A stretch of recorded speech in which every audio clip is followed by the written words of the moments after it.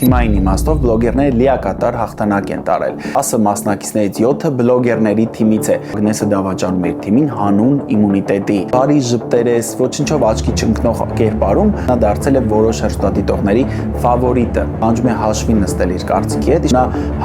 հավասարի պայքարում է տղաների հետ, նրանցից ով է առավել արժանի հաղթանակի։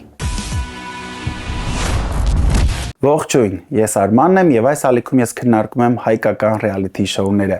Arm Games աստղերն ընդդեմ բլոգերների եթերաշրջանը մոտենում է իր ավարտին եւ այդ կապակցությամբ այսօր հատուկ թողարկում է լինելու։ Եթե բաց եք թողել նախորդ սերիաների վերաբերյալի մեկնաբանությունները, հղումները կգտնեք այս տեսանյութի ներքո։ Բաժանորդագրվեք իմ ալիքին, որպեսզի եզրափակիչը եւս միասին դիտենք եւ քննարկենք։ Այսօր ես ոչ թե մանրամասն քննարկել եմ 7-րդ սերիան, այլ փորձելու եմ ամփոփել եզրափակիչ անցած բոլոր 10 մասնակիցների ճանապարհը։ Փորձելու եմ գնահատել, թե նրանցից ով է ավելի արժանի հաղթանակի եւ կանխատեսել, թե ով կարող է լինել եթերաշրջանի հաղթողը։ Նախքան մասնակիցներին անդրադառնալը կարճ ամփոփեմ 7-րդ սերիան, որտեղ գլխավոր ինտրիգն ու անակնկալն այն է, որ Ագնեսը դավաճանում էր թիմին հանուն իմունիտետի։ Արամ Մելիքյանը հավատարիմ մնալով իր ոճին գործարք է առաջարկում Ագնեսին եւ վերջինս իմանալով, որ թիմը ցանկանում է իր դեմ քվեարկել, համաձայնում է։ Ագնեսը պիտի վատ խաղա, դիտավորյալ այնպես անի, որպեսզի թիմը պարտվի, որպեսզի ստանա իմունիտետ եւ նա հենց այդպես էլ անում է։ Ես կարծում եմ, որ Ագնեսը ճիշտ որոշում է կայացրել, մանավանդ որ եզրափակչին 1 քայլ է ընդամենը մնացել եւ այդպիսով նա ավտոմատ կերպով հայտնվում է եզրափակչում, բացի այդ այնտեղ լինելու է արդեն անհատական պայքար եւ թիմը չի կարող նրան հիշեցնել իր արարքը կամ որևէ կերպ փորձել վրեժ լուծել դրա համար։ 7-րդ սերիայում շատ էին իմունիտետները։ Աստղերի թիմը ամբողջական կազմով ստացավ իմունիտետ, որովհետև վերջապես հաղթանակ տարավ թիմային խաղում։ Ագնեսը իմունիտետ ստացավ իր դավաճանության շնորհիվ, Հայդալեկը իմունիտետ ստացավ Հովանավորի կողմից, իսկ Մանոն էլ անհատական պայքարի շնորհիվ, որտեղ նրան օգնեց աստղերի թիմից Ռաֆը։ Անկեղծ ասած ես չհասկացա, թե ինչ տրամաբանությամբ են կազմվել զույգերը եւ ինչու է Մանուն Ռաֆոյի հետ հենց եղել այս խաղում եւ ակնհայտ էր, որ այդ զույգին հաղթելը շատ դժվար կլիներ։ Թեև հանուն արդարության պետք է ասել, որ Էրմինա Ագնես զույգը նրանց բավականին լուրջ մրցակցությունն էին ցուցաբերում, այնուամենայնիվ հաղթողը եղավ Մանոն եւ նա էլ է հայտնվել եզրափակչում այդ իմունիտետի շնորհիվ։ Փոքր խաղերում պայքարեցին Էդգարն ու Գևորգ Մարտիրոսյանը եւ Էդգարը հաղթանակ տարավ։ Այսպիսով եզրափակիչ անցած 10 մասնակիցներից 7-ը բլոգերների թիմից է։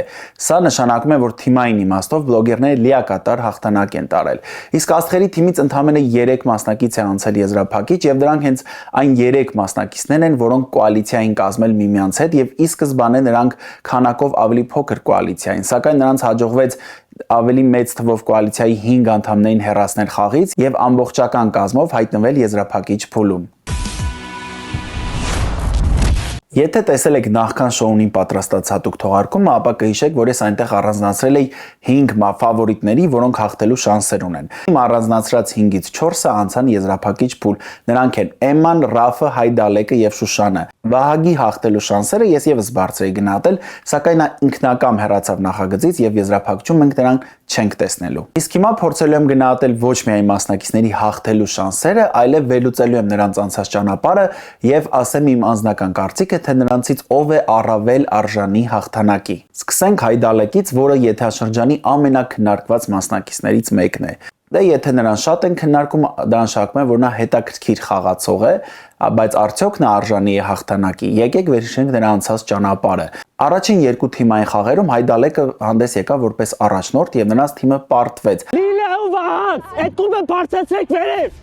վերև բարձրացրեք, Վահագ բռնի վերև բարձրացրեք։ Ապա նա խաղերում առաջնորդությունը զիջեց Մանոյին, որից հետո բլոգերների թիմը սկսեց առավել հաջող հանդես գալ։ Հայդալեկը ինքը ընդունել էր երկրորդ թիմային խաղում իր սխալը եւ որի արդյունքում թիմի կեսը քվեարկեց նրա դեմ եւ նա հայտնվեց վտանգավոր գոտում, սակայն նա հաղթեց եւ մնաց նախագծում։ Որտեղ նեղվան, որտեղ կարելի ասել, չլսար աղջիկը կայնեց խոսեց ու ասեց, որ ես նեղվել եմ։ Այս եթերաշրջանում Հայդալեկը կհիշվի նաեւ Ռուբոյի հետ սկանդալային վեճով եւ Ագնեսի դեմ խաղալու մտադրությամբ։ Կարծում եմ Ռաֆուն որպես համարձակ եւ վիճահարույց կերպար արժանի է հաղթանակի, սակայն անձամբ ես կուզենայի որպես հաղթող տեսնել առավել դրական ընկալում ունեցող մասնակիցներից մեկին։ Այս եթերաշրջանում ես առանձնացրել եմ մի մասնակցի, որի մեկնաբանությունները ամենահամովն ու ամենազվարճալին են։ Խոսքը իհարկե Ռոզալիայի մասին է։ Եկել եմ գզել ամենը եւ բոլորին։ Բայց ինձանից փոքր Այսինքն ի՞նչն է։ Ես մի անգամ ես եմ ուզում ախպերը։ Մանկապարտեզ էր։ Ինձանից 10-20 տարով մեծ եք։ Էդ ինչ կռիվ եք հանում։ Այն մեկը ընդեղից ես կբացեմ, այն մեկը ես կբացեմ, չէ ես չեմ բացի։ Չինգա-չունգ արեք, արագ որոշեք։ Եթերաշրջանի ամենաերիտասարդ մասնակիցը Ռոզալիան աչքի ընկնում նրանով, որ չի վախենում արտահայտել իր կարծիքը, պահանջում է հաշվի նստել իր կարծիքի հետ, ինչպես նաև նա փորձում է պայմանավորվածություններ ձեռք բերել տարբեր խաղացողների հետ, որպեսզի հնարավորինս երկար մնա նախագծում։ Նրա այս պայքարելու մղումը գնահատելի է։ Ոնց որ թերագնահատենք ինքներս մեզ էլ, որովհետև ես պետք է ինձ առաջ տանեմ ու տանելու եմ սրանից հետո, որ ես էլ կարամ այդ ուղեղային կլինի, լոգիկայով ինչ որ մի բան անելու կլինի, մենք հաստատ կարանք։ Վտանգավոր գոտում Ռոզալիան չի հայտնվել եւ մենք նրան չենք տեսել անհատական պայքարում, բացառությամբ 7-րդ սերիայի, որտեղ նա փորձում էր Էդգարին օգնել, որպեսզի նա իմունիտետ ստանա, այստեղ Ռոզալիան այդքան էլ հաջող հանդես չեկավ։ Ռոզալիան անշուշտ արժանի է հաղթանակի որպես ամենաերիտասարդ մասնակից, ով չի վախենում արտահայտել իր կարծիքը։ Սակայն ARM Games-ում հնարավոր են այնպիսի խաղեր, որտեղ ֆիզիկական ուժը որոշիչ կարող է լինել, եւ այստեղ Ռոզալիան դժվար թե գերազանցի իր մրցակիցներին։ Ուստի կարծում եմ, որ նրա հաղթելու հնարավորությունն այդքան էլ բարձր չէ։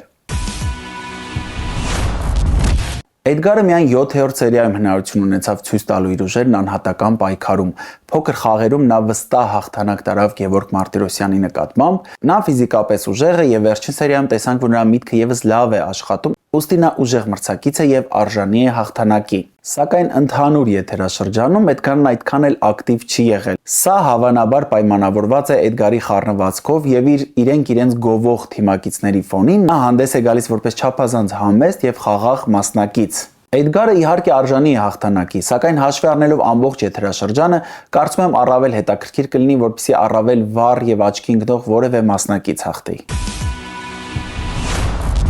Էման աստղերի թիմի ամենաքննարկված մասնակիցներից է։ Ու թեև եթերաշրջանի մեկնարկին ես նրա հաղթելու շանսերը բարձր էի գնահատել, սակայն հենց առաջին սերիայում նա հայտնվեց վտանգավոր գոտում եւ պարտվեց։ Իհարկե նա մնաց նախագծում եւ նրան հաջողվեց հեռացնել իր բոլոր մրցակիցներին եւ այնպես անել, որ այլևս երբեք չհայտնվի վտանգավոր գոտում եւ հասնել եզրափակիչ փուլ։ Վերկեք։ Էման կվերադառնա ու հերթով այսենց Էման լավ ստրատեգ է եւ ուժեղ խաղացող, սակայն խաղերում նրան պակասում է ֆիզիկական ուժը։ Եթե եզրափակիչ փուլում լինեն այնպիսի խաղեր, որտեղ ֆիզիկական ուժը էական է, կարծում եմ Էման հաղթելու շանսեր չունի։ Սակայն ես անձամբ կուզեի, որ նա հաղթեր եւ ապացուցեր, որ ARM Games-ում հաղթում են ոչ միայն ֆիզիկական ուժով, այլև ստրատեգիական ճիշտ որոշումներով։ Ֆիզիկական կարողություններով ամենաուժեղ մասնակիցը ակնհայտորեն Մանոն է։ Մասնակից, որի հայտնիությունը կասկածի տակ էին դնում թիմակիցները առաջին սերիայում, 7 սերիաների ընթացքում ապացուցեց, որ արժանի է հաղթանակի եւ նա դարձել է որոշ հեռուստադիտողների ֆավորիտը։ Մանոն մեկ անգամ է հայտնվել վտանգավոր գոտում եւ հաղթել է, իսկ թիմային խաղերում հաճախ հանդես է եկել մարզիչ ուղղորդողի դերում եւ մեծ ավանդ է ունեցել բլոգերների որոշ հաղթանակներում։ 7-րդ սերիայի անհատական պայքարում Մանոն եւս ապացուցեց, որ նա ուժեղ եւ վտանգավոր մրցակից է։ Եթերաշրջանի մեկնարկին ես կանխատեսել էի, որ բլոգերների թիմը կօգտագործի Մանոյի ուժը, սակայն եզրափակչին մոտ արդեն կհեռացնի նրան խաղից։ Սակայն դա չհաջողվեց բլոգերներին անել, որտեղ Մանոն ստացավ իմունիտետ եւ նա եզրափակչում է։ Կարծում եմ, որ Մանոն թե իր ֆիզիկական կարողություններով, թե իր խաղով, թե իր մարդկային որակներով արժանի է հաղթանակի։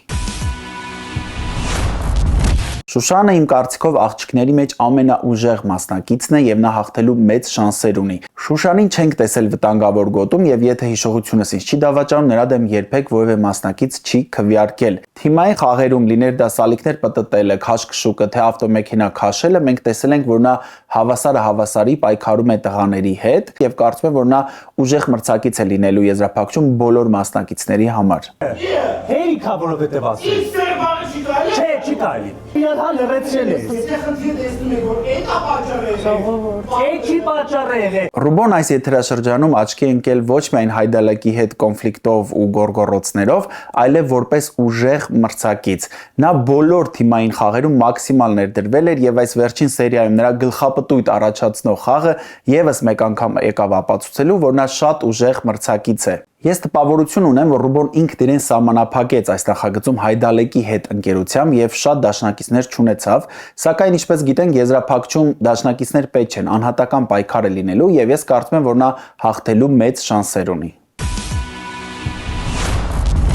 Էրմինան ամենաքիչն էր աչքի ընկնում եթերաշրջանի մեկնարկին, նրա դեմ չէին քվեարկում, նա ուղիղ կոնֆլիկտի մեջ չէր մտնում իր թիմակիցների հետ, սակայն աստիճանաբար, հատկապես 6-րդ եւ 7-րդ սերիայում մենք տեսանք, թե որքան մեծ է Էրմինայի մեջ հաղթելու մղումը։ Նա հայտնվեց վտանգավոր գոտում եւ հաղթեց, ապա եւ վերջին սերիայում տեսանք, թե նա ինչքան անտրտունջ է պայքարում հանուն Ագնեսի իմունիտետի։ Давай։ Իմունիտետ ֆինալ։ Հա։